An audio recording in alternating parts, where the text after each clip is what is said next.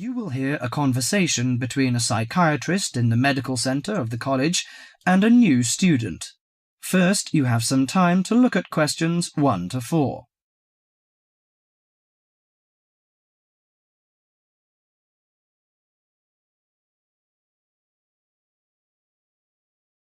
Now listen carefully to the conversation and answer questions 1 to 4.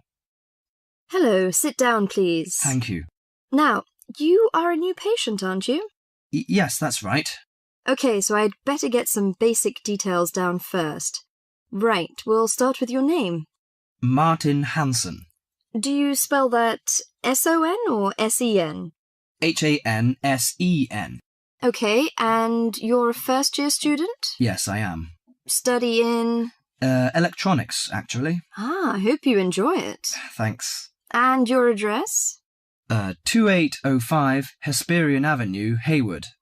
2805 and Hesperian. Yes, that's Hesperian. Hayward, Hayward. And your phone number?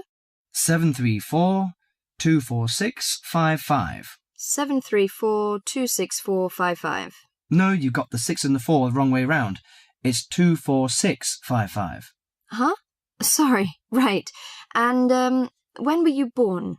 The 15th of June, 1986. Here in New Zealand? No, I was born in Sydney.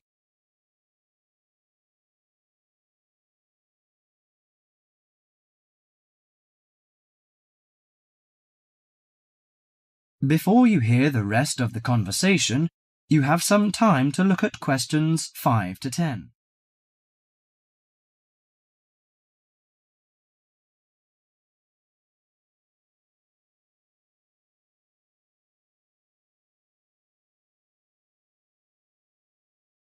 Now listen to the conversation and answer questions 5 to 10. Good. So, what's your problem? Well, frankly, I wonder whether it is a problem. I get the blues, and it lasts for quite a while. I don't know how to... Yes, we all feel sad or get the blues now and again. Generally, our sadness lessens in time, and with the support of friends. However, if the depression leads to difficulty in thinking and greatly disrupts your daily routine, it can be evidence of a psychiatric problem. What do you feel exactly? I always feel sad and worthless. I find it hard to fall asleep and wake up early in the morning. How long has it lasted? Nearly half a month. Do you feel fatigue or loss of energy? Or you may have lost interest or pleasure in usual activities? Yes, sometimes. At first I thought I could overcome it by myself, but I failed, and I'm so glad that you came here. It seems that you are suffering mild depression from your symptoms. Depression? Yes, I feel depressed sometimes. But why would I... Depression may occur as a result of biochemical changes in the body. Alcohol, amphetamines, cocaine, and LSD can bring on depression. Those who have a family history of depression usually have a greater risk of depression. Sometimes the worrying changes in life can lead to depression. I see. I had a really bad breakup of a love relationship. It makes me feel hopeless. Do you think I need some treatment? Yes. Antidepressant medications are often used to treat depression, if it is serious. But I don't suggest them at first because of the side effects. I suggest psychotherapy, which can give you support and help you regain control. So do I need to come here every day? No, I will arrange counselling sessions for you, which will last 12 to 20 weeks. You come here once or twice each week. The psychotherapy is directed at helping you gain insight and understanding about events in your life, which may have contributed to your depression. With growing insight, you can often learn more effective ways of coping with your feelings and changing your behaviour. What can I do to take care of myself? Well, at first you should do some physical exercises on a regular basis, at least 3 times a week. How is your food? Do you eat well? Yes, I think so. I eat at my homestay family. Good. Find a hobby or a positive recreational activity to participate in once or twice a week. I know it's difficult for you, though. When you feel it's hard to overcome the depression, come to the counselling session. Remember, ask for help if the load is too heavy to handle. Yes, I'll try. So, when will my counselling session begin? I'm going to arrange that for you. That is the end of part 1. You now have half a minute to check your answers.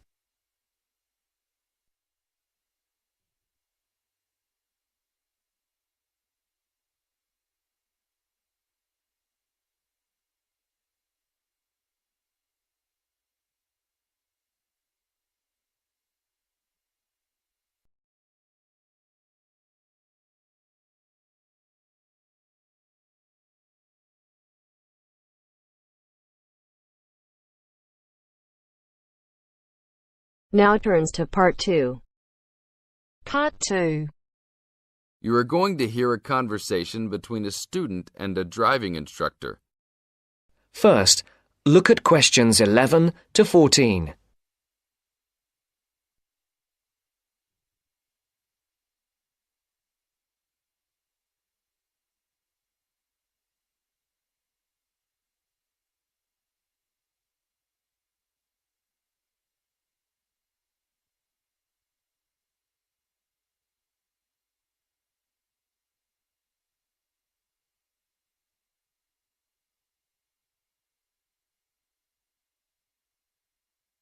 Listen carefully. Hello, I'm going to be your driving instructor today. Are you ready to begin? Hi, hope you don't mind. It's my first time driving a car. Of course not. That's my job. I teach people like you how to become a safe and responsible driver. So let's begin. Remember, the most important rule of driving: safety first. There are some steps to follow. First, you should put on your seatbelt. You should always remember to do that. In case of an accident or emergency, having a seatbelt on is of utmost importance. Okay, I have my seatbelt on. Now what should I do? Start the car. Good. Now make sure that the steering wheel is in the proper position and that your seat is not too far or not too close to the pedals. I'm all ready to go. Should I shift into first gear? Don't forget to put the parking brake down. You don't want to drive with that up. Oh yeah, I almost forgot. If I have the parking brake on, I won't be able to accelerate. Yes, that's right. Now put the car in reverse and slowly back out of the parking space. Good. Put the car in first gear. When should I shift? Is it better to shift slowly or quickly? You can shift whenever you feel is appropriate. This means shifting should occur smoothly. Do not shift too slowly or you will stall. Shifting too fast will waste gas. Shifting is simple. Just remember to shift smoothly. To shift, you will have to push the clutch and then push the gas pedal. Before the broadcast continues, look at questions 15 to 20.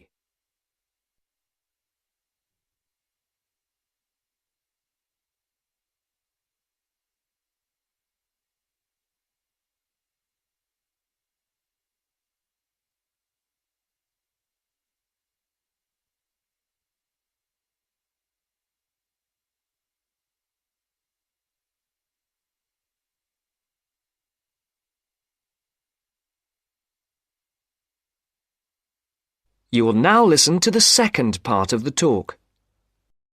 Remember, smoothly is the key to good shifting. Like this? Yes, that's good. Now keep it slow. Don't drive very fast just yet. Be sure to constantly check your mirrors for oncoming traffic. Always be aware of everything that is around you, including 3 important things. Remember these 3: people crossing the streets, other cars, and bicycles riding next to you. What should I do if I see a yellow light? Well, it's always better to brake instead of trying to run it. But if you're travelling at a speed where it's impossible to stop in time, then you should try to make it across the intersection. But remember, You should always try to stop. It's the safest way to avoid an accident. Even if I have to brake very suddenly? Yes, even if you have to brake suddenly. What about if a driver behind me is going a lot faster than I am? You should always be ready to move to a slower lane if a driver behind you is forcing you to go faster than you are comfortable with. Never try to speed up to accommodate a faster driver.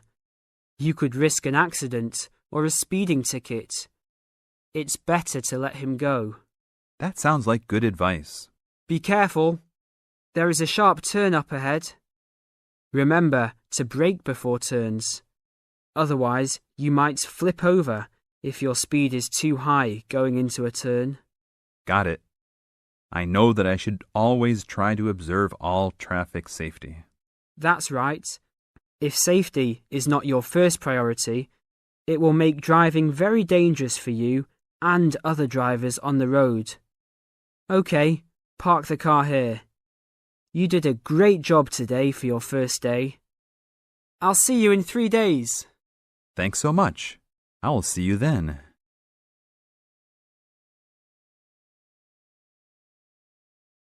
That is the end of part 2. You now have half a minute to check your answers.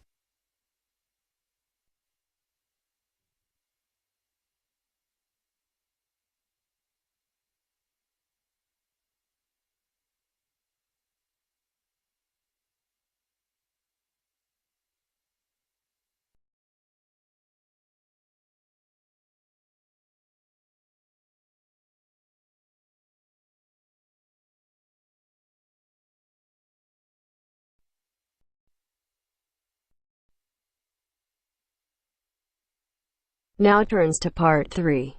Part 3. You will now hear a radio talk on agricultural regulations. First, you have some time to look at questions 21 to 25.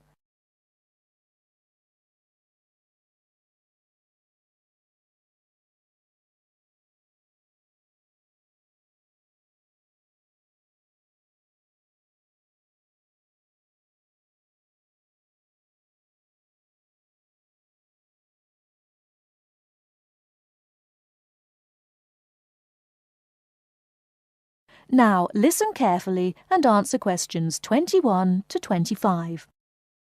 Could there be clearer proof of the arrogance and indifference of those who are supposed to keep our food safe than the muzzling of John Verrill?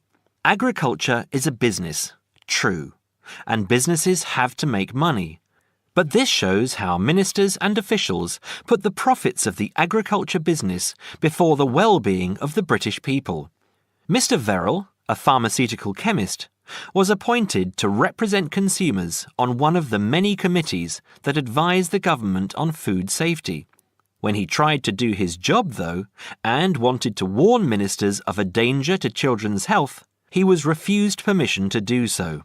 The danger comes from hormones given to cattle in the USA and some other countries to make them grow faster. They speed up the animal's development to maturity, thus making meat production more profitable. There have, however, long been fears that the hormones have horrendous effects on the people who eat them, causing diseases as serious as cancer. Once these hormones were used on British cattle too, but over 20 years ago they were banned in Europe for being too dangerous. Indeed, so concerned is the European Union that it banned imports of hormone-fed beef years ago, much to the fury of the US government, which wants to sell it all over the world. Several years ago, the USA and Canada asked the World Trade Organization to declare the ban illegal and to punish Europe for failing to lift it. The WTO, with its long record of refusing to let environmental or safety concerns interfere with trade, agreed, imposing fines of more than $120 million a year on the EU for its refusal to back down. The British government now backs the Americans, claiming that there is no proof that hormone-fed beef does any harm. This is where Mr. Verrill comes in. He is very angry with the government especially as their claim comes out just after a Danish study shows that growth hormones are 200 times more dangerous than was previously thought. Worried by these findings, Mr. Verrill spoke to government representatives, who did nothing. Before you hear the rest of the talk, you have some time to look at questions 26 to 30.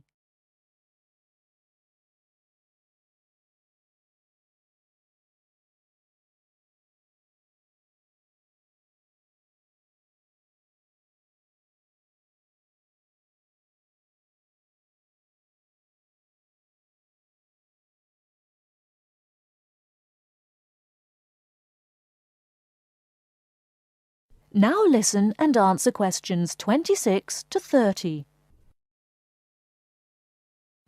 Not only that, but they have not been testing beef which is imported, which, by law, they are required to do.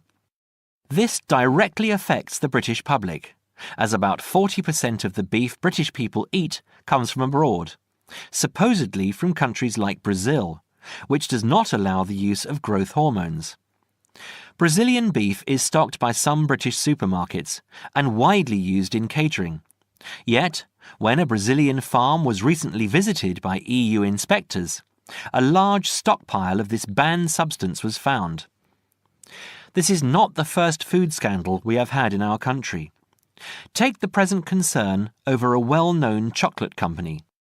Several months ago, the company found out that its sweets were contaminated with a rare form of salmonella, but they did nothing about it, leaving their sweets in the shops to be bought by the unsuspecting public. It was not until 5 months later, when several children had suffered food poisoning, that the chocolate bars were removed from the shelves. It makes you wonder how many other dangerous foods have been allowed onto our plates. That is the end of part 3. You now have half a minute to check your answers.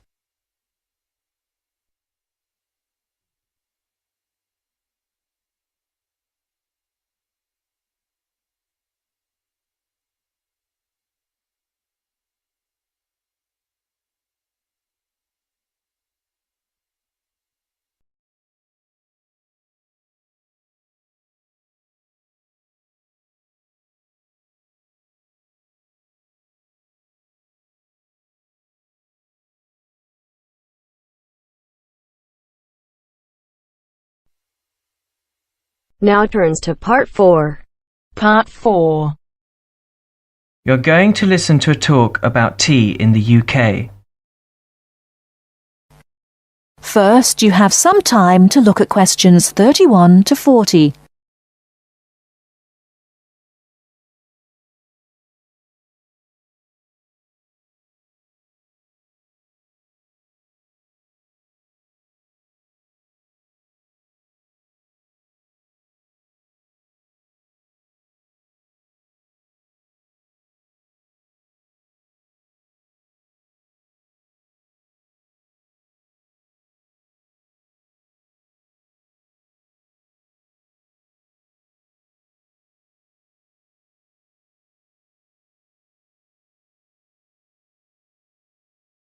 Now listen carefully and answer questions 31 to 40.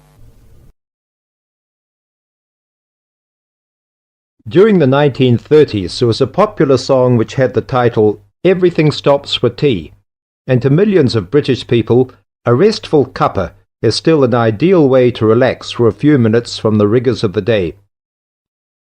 The English custom of drinking tea has its roots in the 17th and 18th centuries. When first imported to Britain, the exotic cha, or cha, as the Chinese tea was variously called, was considered a man's drink to be enjoyed with colleagues at London coffee shops. These were popular meeting places for many walks of life: politicians, lawyers, poets, actors, and writers.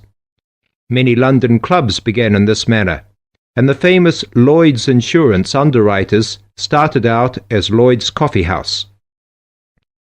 In 1706, the first coffee house that offered tea was Tom's Coffee House, owned by Thomas Twining. He realized that he needed to introduce an added attraction to compete with the many other coffee houses in London, and tea was rare, exotic, and extremely expensive. With these credentials, tea became an exclusive drink and enabled Twining to open a tea shop under the sign of the Golden Lion in the Strand.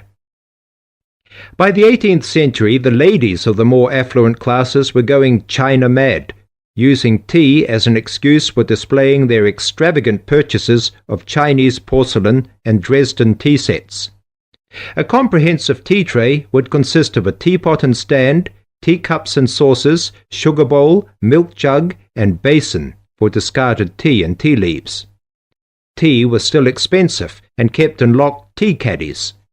Skilled craftsmen fashioned caddies of carved inlaid woods fitted with crystal and precious metals. To ensure the servants weren't tempted by this priceless commodity, the caddy was kept locked, and only the mistress of the house held the key and prepared tea when guests came to visit. No well-brought-up young Englishwoman could consider herself socially acceptable unless she knew how to brew a proper cup of tea.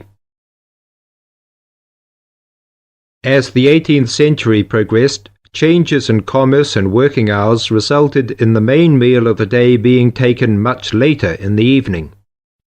The prospect of lasting from breakfast until evening did not appeal to the Duchess of Bedford, who is usually credited with being the first to alleviate late afternoon hunger pangs by introducing a small 4 o'clock meal served with tea.